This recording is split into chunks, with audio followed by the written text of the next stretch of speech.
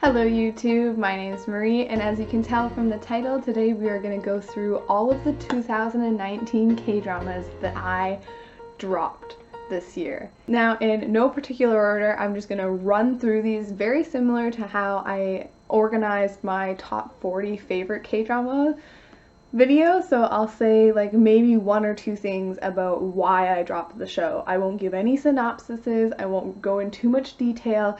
This is just to like catch you guys up on everything that I attempted to watch and dropped in preparation for my ranking of all of the 2019 shows that I completed, which should come out soon.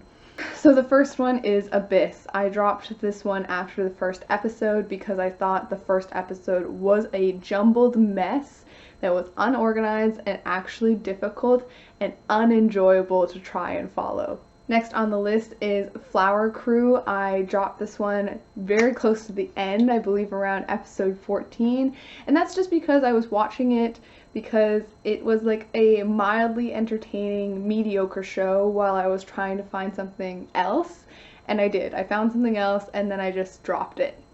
Kill It, which I dropped around episode 6 or 7, dropped because I found the female lead to be unorganic and not to be a very real woman. She felt like, now I don't know who wrote this series, but she felt like she was written by a man who was trying to write this really powerful, independent, strong, modern woman who'd also appeal to women, and I just thought she was really flat and like not real.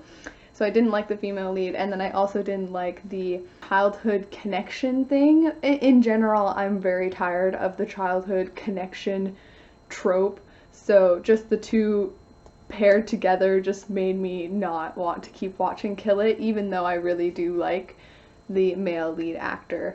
Moving on. Next is a recent one called Love with Flaws. I watched the first 3 episodes, did a first impression video on it, and I dropped it because I can't handle potty humor. Then we have Melting Me Softly. I got to around episode 7 and I dropped it because the tone of the show I wasn't in the mood for, and overall I was just disappointed. I think I just went in with such crazy high expectations and then it couldn't live up to my expectations, so I got sad and then I just left. Then we have Absolute Boyfriend. I got to around episode 7, I think, and I dropped it because it just wasn't quite at the level that I wanted it to be. Then the second season of My First Love.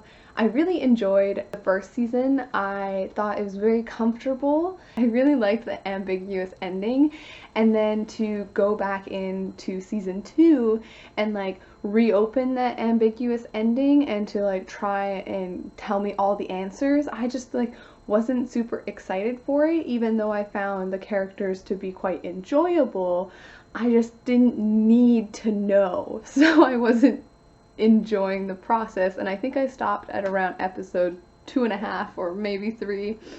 Next I have Rookie Historian. This is one of those shows that I watched probably a lot more of it than I would if I had something far more interesting to watch. It's very comfortable. It's like a very lighthearted palace romance, but as soon as I found something more interesting, I started watching that and I didn't look back. Then The Crowned Clown. I stopped watching it after a rape was very poorly handled, in my opinion. The writers do a textbook execution of Woman in the Freezer, and if you don't know what that is, if you just Google Woman in the Freezer, I'm sure they'll give you a really in-depth breakdown of the term, but as far as I understand it, it comes from comic books where a very old comic book had a very gruesome murder of a woman, and they chopped her up and threw her in a freezer and it was all done to motivate the male lead protagonist. It had nothing to do with her and her victimization. Like, her trauma didn't matter as long as it motivated the male lead, and honestly, like, that just makes my feminist heart boil.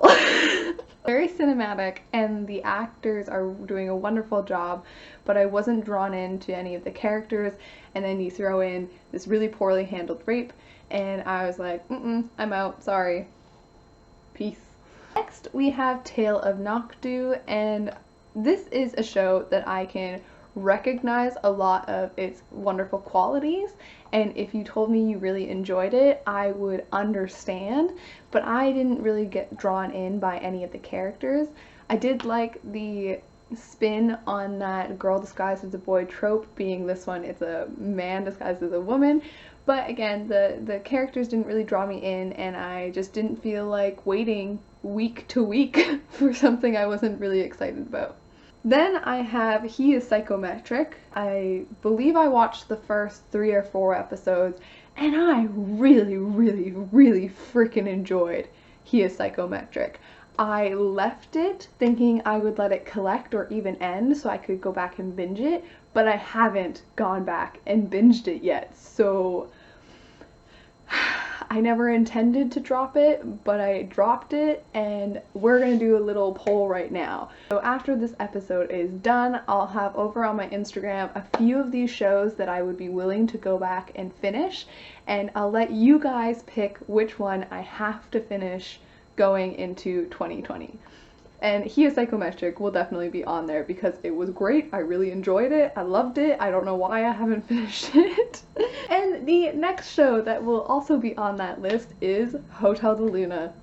A very similar situation. I left it thinking I'd let it finish, and I just haven't gone back to finish it yet.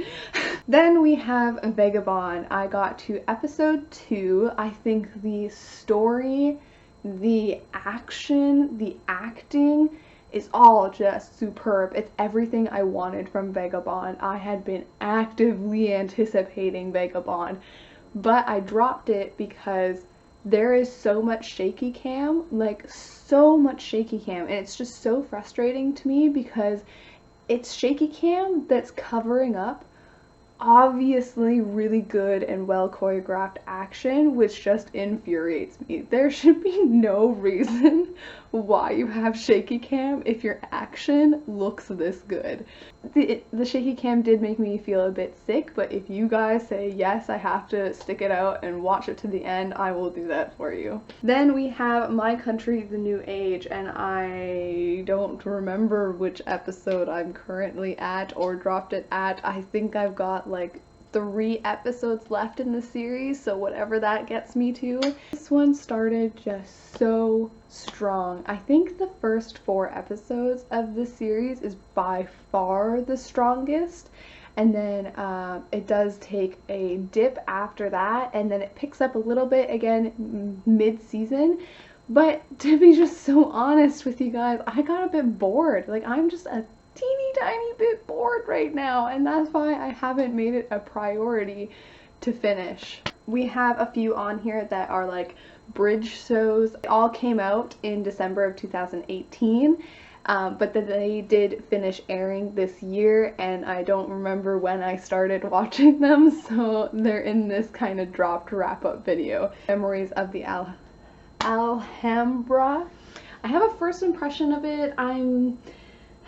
I did it a while ago, and all of my older videos to me are just so cringy, and I feel like I've improved so much, but if you really want to go watch it, it'll be down in the description.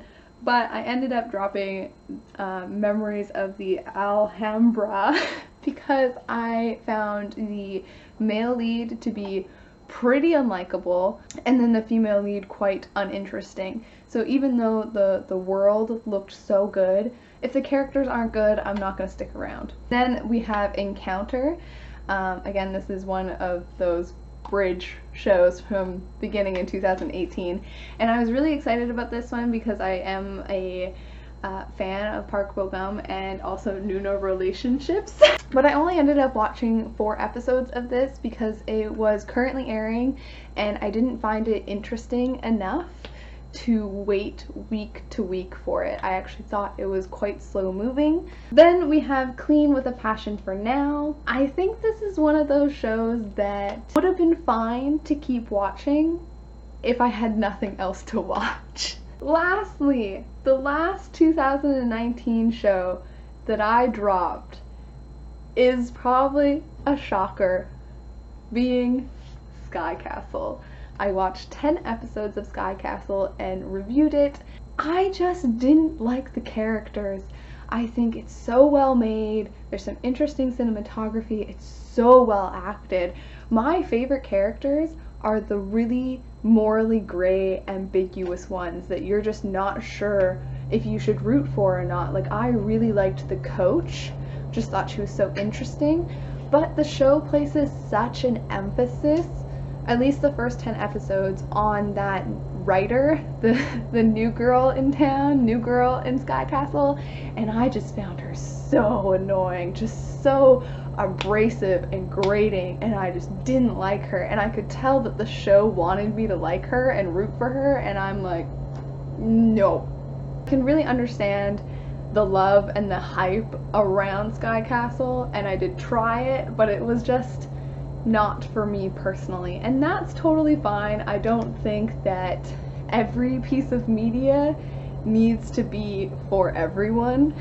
You know, it's fine. I have my favorites. I'll talk about Search WWW in the next video. Okay, you guys, Happy New Year. I look forward to more K-drama watching with you guys in the future. Have a good night and a good day. Bye.